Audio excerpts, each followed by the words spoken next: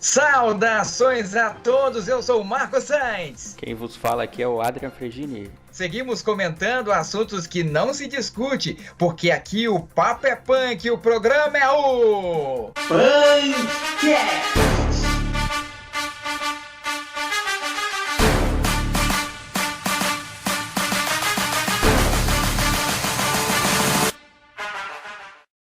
Episódio número 2 do nosso podcast. Muito obrigado a todos que acompanharam o primeiro. Falamos, né, Adrian, um pouco sobre religião. Mas hoje a chapa vai começar a ficar mais quente, porque nós vamos falar sobre política. Só que não é sobre qualquer assunto da política. Nós vamos cutucar a onça com vara curta. Correremos o risco até de sermos hackeados, atacados pela milícia, ameaçados por robôs na internet, além de termos nossas conversas vazadas do WhatsApp, porque falaremos mais especificamente, olha só, sobre os eleitores do Bolsonaro, que aliás, nós também nos incluímos, né não, Adrian? Com certeza. Bela observação aí em relação aos robôs e à milícia digital que está tomando conta hoje das notícias aí, do noticiário, das fake news, da manipulação das eleições, e vamos tacar-lhe pau nesse assunto hoje no episódio 2. É uma polarização. Há muito tempo nós não tivemos, né, eleições tão polarizadas como a de 2018, né, nervos à flor da pele, parentes se bloqueando nas redes sociais, dando um follow no Instagram, enfim, foi um arraso. Inclusive, perdi algumas amizades digitais por conta da época de internet, tive que silenciar algumas pessoas no Twitter, para, né, não brigar pessoalmente, enfim, foi muito complicado, né, e a gente vai ficando mais bravos e incorporando mesmo os ativistas da internet. Com você foi assim também, Adrian? Comigo foi. Eu tive que bloquear diversas pessoas aqui, foram brigas, mas assim, teve muitas brigas aí entre familiares, né?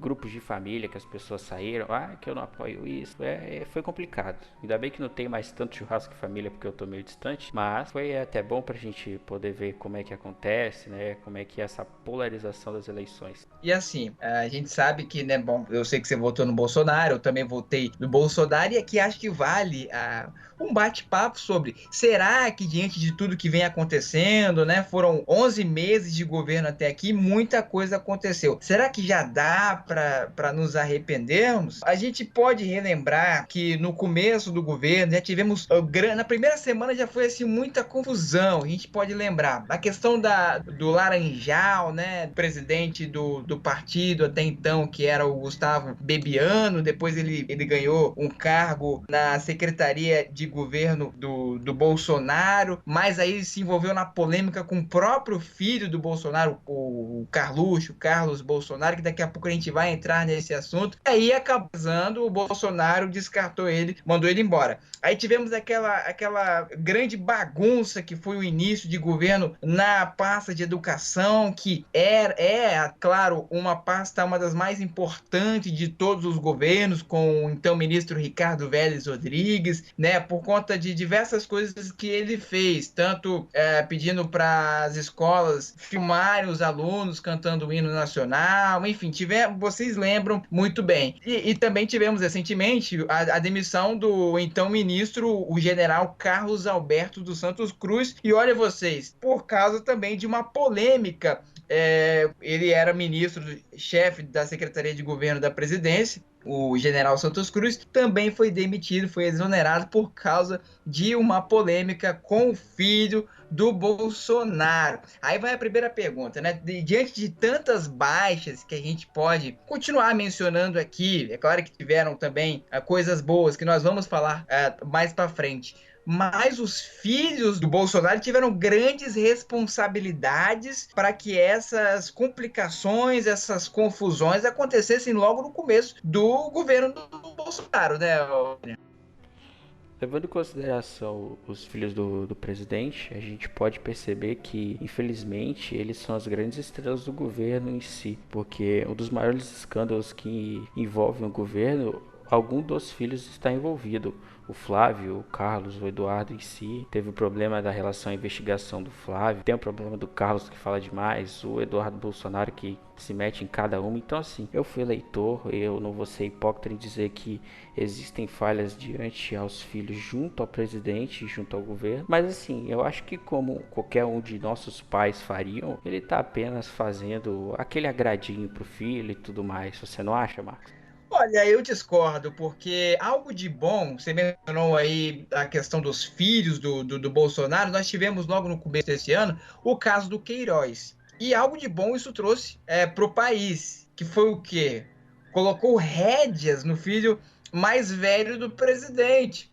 Porque o Flávio Bolsonaro, que a gente quase não ouve falar comparado aos outros dois irmãos, só fica ali na dele, lá no Senado. Talvez, se não houvesse essa polêmica logo no começo do governo envolvendo esse crime de rachadinha, que é quando o parlamentar embolsa parte do salário dos assessores, talvez a gente teria mais um problema no governo atual, que seria um filho mais velho do Bolsonaro se achando também que manda no país, como faz o Eduardo, como faz o Carluxo. E assim, a pior coisa que aconteceu no governo atual foram os filhos do presidente. Eles só atrapalham, brigam com todo mundo, dividiram partido, fica expondo o pai, que é o presidente da República, pô. O Bolsonaro, pro bem do mandato dele, precisa se impor e colocar os filhos no lugar, porque eu vou ser bem sincero, Adam, se não fosse a boa equipe que o Bolsonaro montou com Paulo Guedes, que é o cara, a gente sabe, ganhou recentemente um prêmio aí, da forma como ele vem conduzindo a economia no país,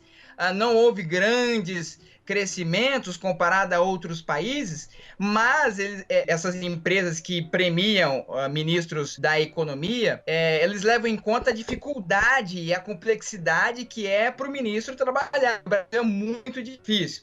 Outras pessoas também. Então, essa equipe que o Bolsonaro montou ajuda ele a andar com o barco, porque senão seria muito mais complicado. Sérgio Moro, que apesar das críticas, tem uma popularidade, e eu não sei se você concorda, mas eu diria que é maior até que a do próprio Bolsonaro. O ministro da infraestrutura, que é o Tarcísio Gomes de Freitas, que não recebe tanta mídia, mas vem fazendo um trabalho espetacular. Então, se não fosse essa boa equipe, a situação estaria muito, mas muito pior.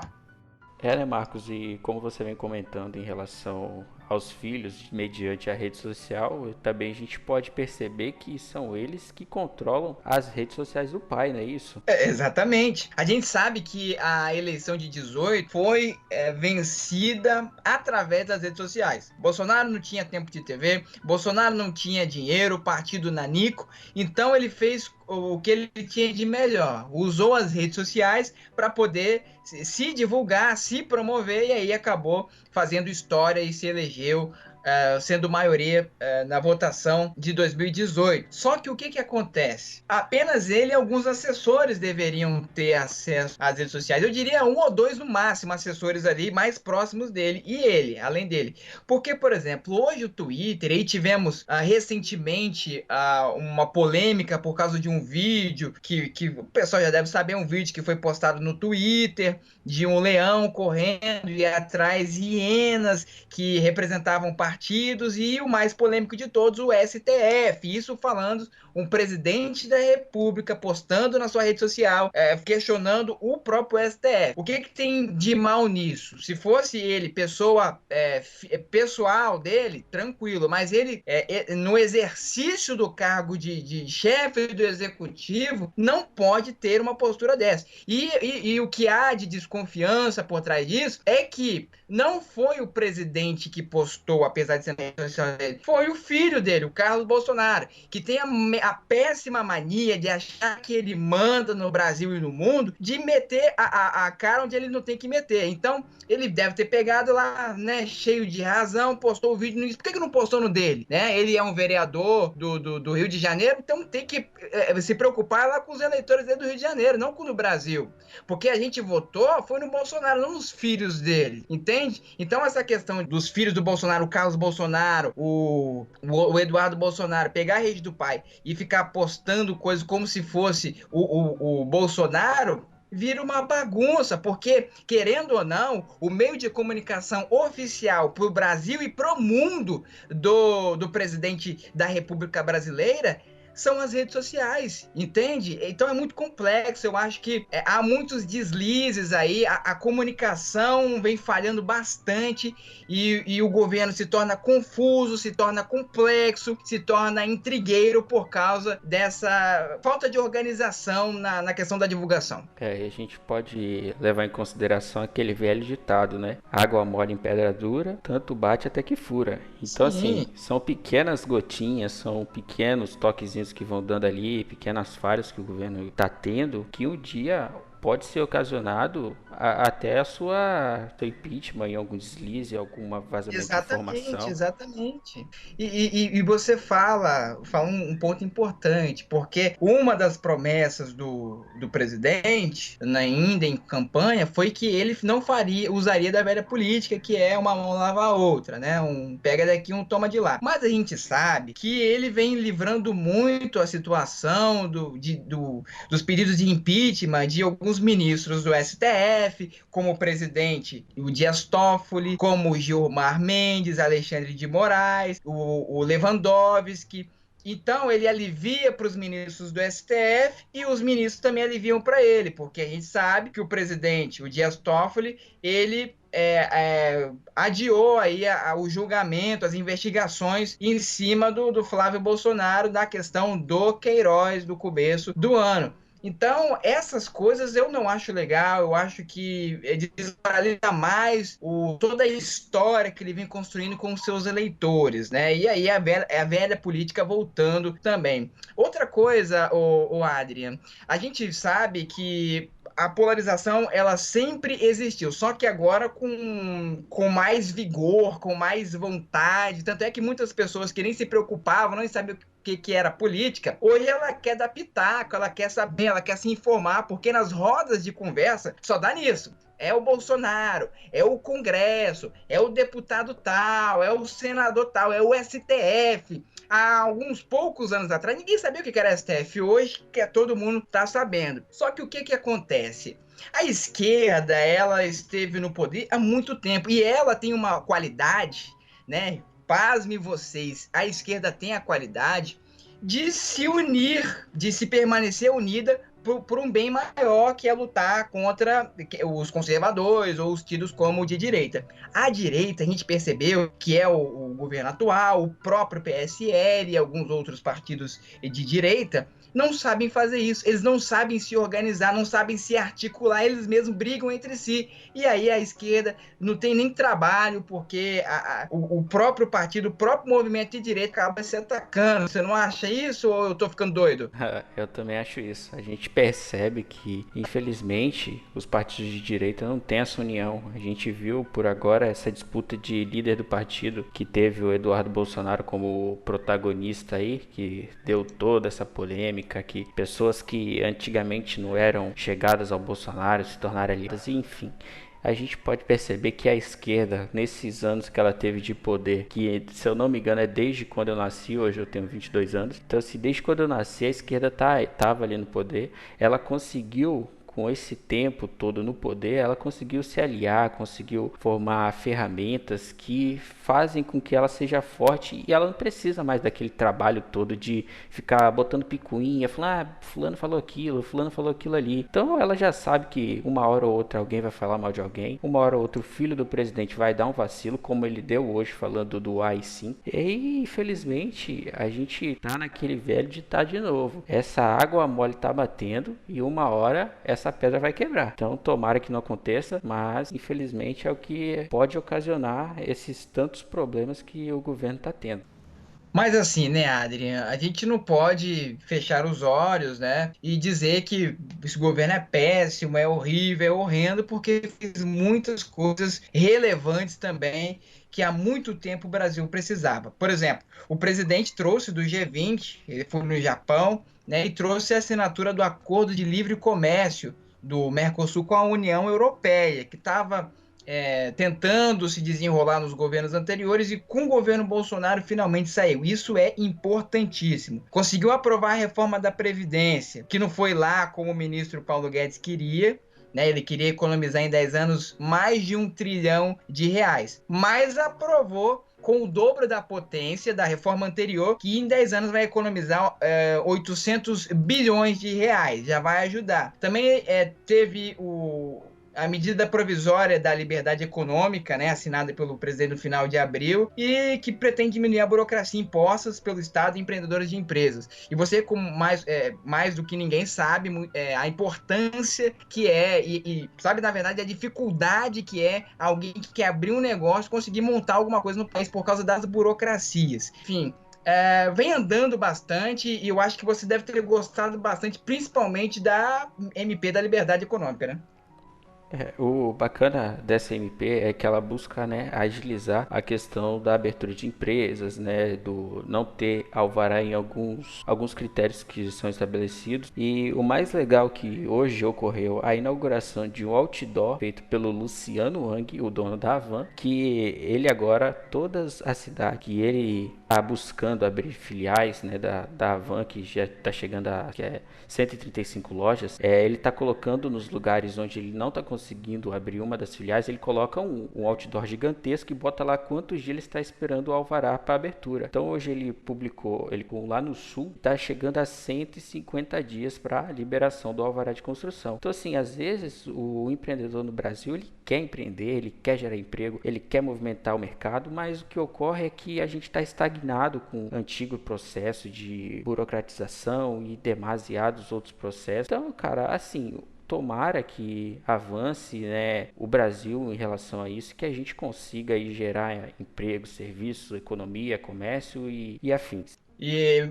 assim, foram, como falei, vamos completar aí um ano de governo daqui a poucos meses, poucos dias. E eu acho que o que mais fez falta foi essa articulação da própria direita com o governo, com os partidos aliados, para poder alinhar também o Congresso, porque a gente sabe que tem o pacote anticrime do Sérgio Moro, que ficou meio que esquecido, meio que na geladeira, o decreto de armas, que também foi recusado pelo Senado. O decreto de armas, assim, é uma vontade, talvez, dos eleitores do Bolsonaro, não é a minha, eu votei no Bolsonaro, mas não, por isso eu discordo. Se quiser, a gente pode até discutir sobre o decreto de armas, discordo. E os radares, né, que gerou muita polêmica, Bolsonaro cancelou a instalação de 8 mil radares da indústria da multa, né, que ele sempre falava. Teve a polêmica também da cadeirinha, né, enfim, teve muita coisa que ficou meio que sem entender. Agora, fez muita falta essa articulação com o Congresso. Sem o Congresso e o presidente não é nada. Então, assim, muita coisa poderia ter sido feita e não foi por causa dos parlamentares ali, o Adriano. De fato, você citou diversos, né, projetos de lei e demasiados outros em relação ao armamento, né, em relação à polêmica da cadeirinha, que consistiu naquela questão que ele falou que não é mais obrigatório. Se o pai quer salvar o filho, ele usa a cadeirinha. Teve gente que ficou bravo com isso, ele só não quer dar mais multa, né, pra quem não usar. Então assim, se o pai não tem amor pelo filho, por que o presidente deveria ter, né? Sendo bem ríspido, né? Então assim, às vezes a gente vê que o governo Mas quer assim, eu trabalhar. discordo também, né, desse posicionamento dele, só para falar, né? Porque, pô, o filho não tem nada a ver com a irresponsabilidade do pai, né? Se há uma lei para obrigar ele a salvar o filho, acho que ajudaria muito ali a evitar um acidente mais grave, né? Porque a gente sabe que tem muitas pessoas, muitos responsáveis por crianças que não têm um pingo de juízo. Então, eu achei assim que se excedeu o presidente, eu entendo que a ideia dele foi evitar as multas dessas empresas que se aproveitam, mas ali ele foi para um lado ali não muito legal, né? Eu acho que essa pressa também ela acaba complicando. As coisas têm que ser mais elaboradas, mais explicadas. Se for muito confuso, acaba dando errado, cara. Essa questão da cadeirinha é porque assim, o cara não vai prender o filho na cadeirinha porque ele vai lembrar que tem uma lei que ele vai ter a multa. Ele não vai fazer isso. Ele vai prender o filho na cadeirinha porque ele vê que aquilo ali, se não tiver preso, vai oferecer um risco para ele. Então assim, Ele retirou a multa simplesmente porque ele não vê necessidade, né? Se o pai acha que o valor em real vale mais do que a vida do seu filho, ele não tem nem por que ter o filho na guarda dele, né? Então, são diversos problemas que o Brasil tem e eu acho que esse aí é um dos menores, né? É, tá, assim, se a gente for entrar nesse mérito, eu tenho muita coisa a discordar, né? Eu acho que isso é muito válido. Você pensa uma coisa, eu penso algo diferente. Somos eleitores do Bolsonaro, mas não é, eu não vou passar a mão na cabeça quando eu achar que ele está errado, né? Assim como você também, alguns posicionamentos seus, que você enxergar que ele não está cumprindo com a obrigação dele, você também vai questionar. E a gente tem que fazer essa nossa missão, que é fiscalizar o trabalho das pessoas que são pagas com o nosso dinheiro. Agora, para encerrar, a gente pode fazer uma análise geral. Votamos no Bolsonaro e, assim, eu vejo que eu votei mais nele por conta das opções. É claro que se fôssemos olhar numa opção geral, talvez o melhor candidato ali seria o Amoedo do Partido Novo. Só que numa análise que eu fiz, numa perspectiva de projeção de quem poderia bater de frente com o PT, eu via que infelizmente o Amoedo ele não tinha essa chance. Então votei tanto no primeiro como no segundo turno no Bolsonaro. Falei, ele é o único que tem a capacidade de bater de frente em relação a votos, claro. Talvez até teria uma gestão melhor o Amoedo. Agora, podem estar se perguntando, e aí, Marcos, você se arrepende de ter votado no Bolsonaro? Não, não me arrependo. Não estou maravilhosamente satisfeito com o que vem acontecendo, muitas coisas acabam me frustrando, só que eu não votaria diferente, porque eu acredito que se tivéssemos um governo de esquerda, ali principalmente o PT, nós estaríamos numa situação muito pior. Não adianta nada nós termos nosso cangote refrescados com algumas regalias, se depois o Brasil vem de mal a pior. Então, eu torço para que a comunicação, principalmente do governo, melhore, a articulação do próprio partido, da própria direita e dos próprios apoiadores melhorem, para que eles possam se fortalecer para os próximos anos. O primeiro ano foi muito conturbado por conta disso. Agora, eles conseguiram várias proezas, como nós citamos, e podemos citar como principal a reforma da Previdência, que foi um sucesso. Então, continuemos fiscalizando, continuemos ali firme e forte, protestando, indo às ruas também contra o STF, por exemplo, e seguimos assim com esse pensamento de dever cumprido.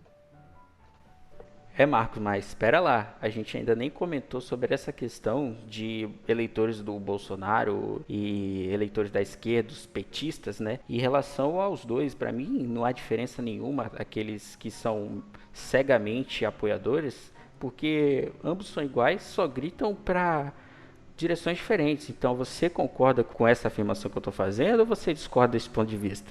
Olha, Adrien, eu não vou dizer que a oposição não é importante. A oposição é importante, sim. Só que, até porque é ela que vai pressionar o governo para que ele trabalhe, faça tudo certinho. Agora, o que eu vejo que a esquerda faz é um estardalhaço. Ela impede que o governo faça tanto que ele quer, o que é bom para ele e o que é bom para o Brasil. E aí o que acontece? Países com menos potencial acabam crescendo mais que o próprio Brasil, porque a gente fica parado na mesma, entendeu? Então disso é que eu não gosto da esquerda, disso é que eu não gosto da oposição, de que eles só fazem o que eles querem e aí o Brasil fica parado.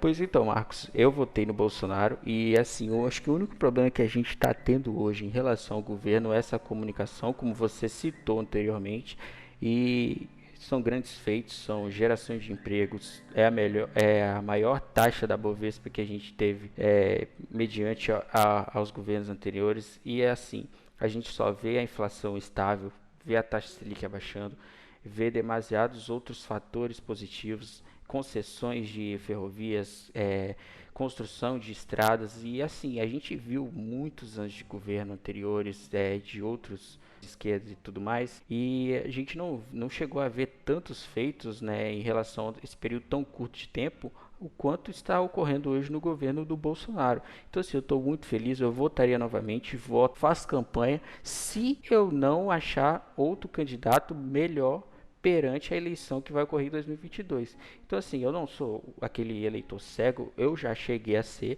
mas eu abri os olhos e falei, pelo amor de Deus, isso aqui é a mesma coisa que o petista, só que eu não como mortadela, eu como presunto, né? Pode-se dizer assim, que muitos deles dizem. Então, cara, é um problema que a gente tem, é esse problema de separação de classe, simplesmente por não serem a favor da nossa opinião política. E creio eu que o Brasil tenha muito a crescer junto ao governo Bolsonaro. E uma coisa aqui que eu tô falando para vocês que estão ouvindo aí o nosso podcast, eu não quero um Brasil de Bolsonaro ou de Lula ou de, enfim, eu quero o Brasil unido, eu quero um Brasil feliz, um Brasil que ande para frente, que gere emprego, que tenha economia e que eu não pague R$ 50 no quilo de tomate. Só isso que eu tenho para dizer. É isso, Marcos.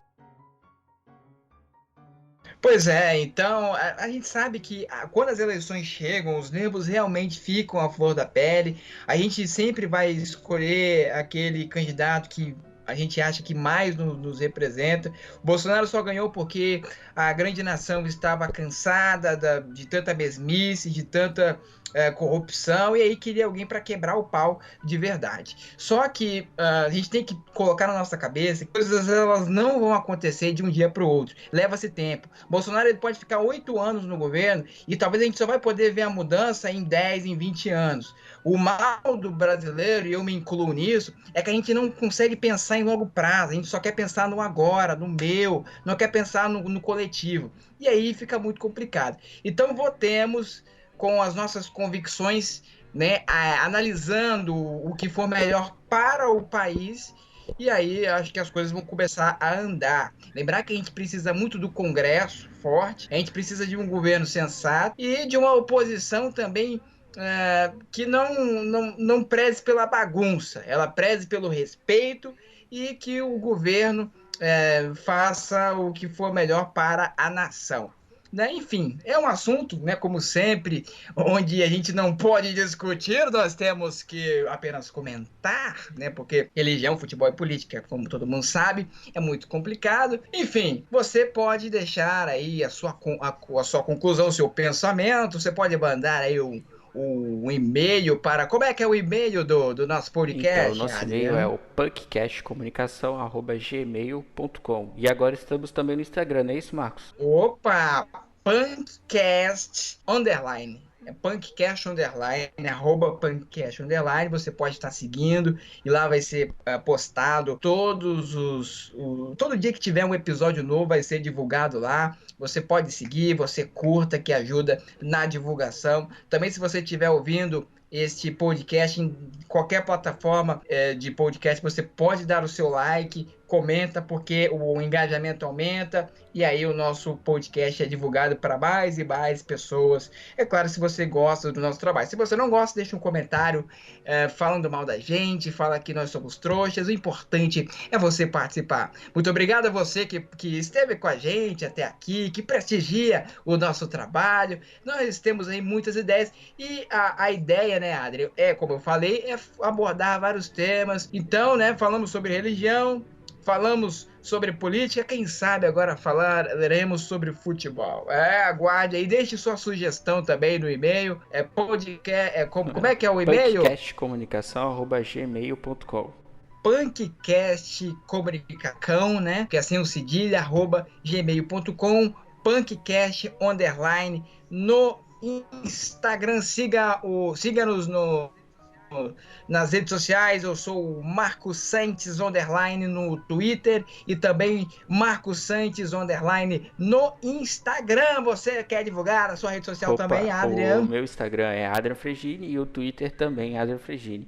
Eu me encontro mediante aí de vocês e demais fatos que a gente pode comentar. E eu deixo um grande abraço a todos e igualmente ao Marcos. Se quiser xingar a gente, fique à vontade, a gente está aqui também para isso. E um grande abraço a todos, um excelente dia, uma excelente semana e até mais.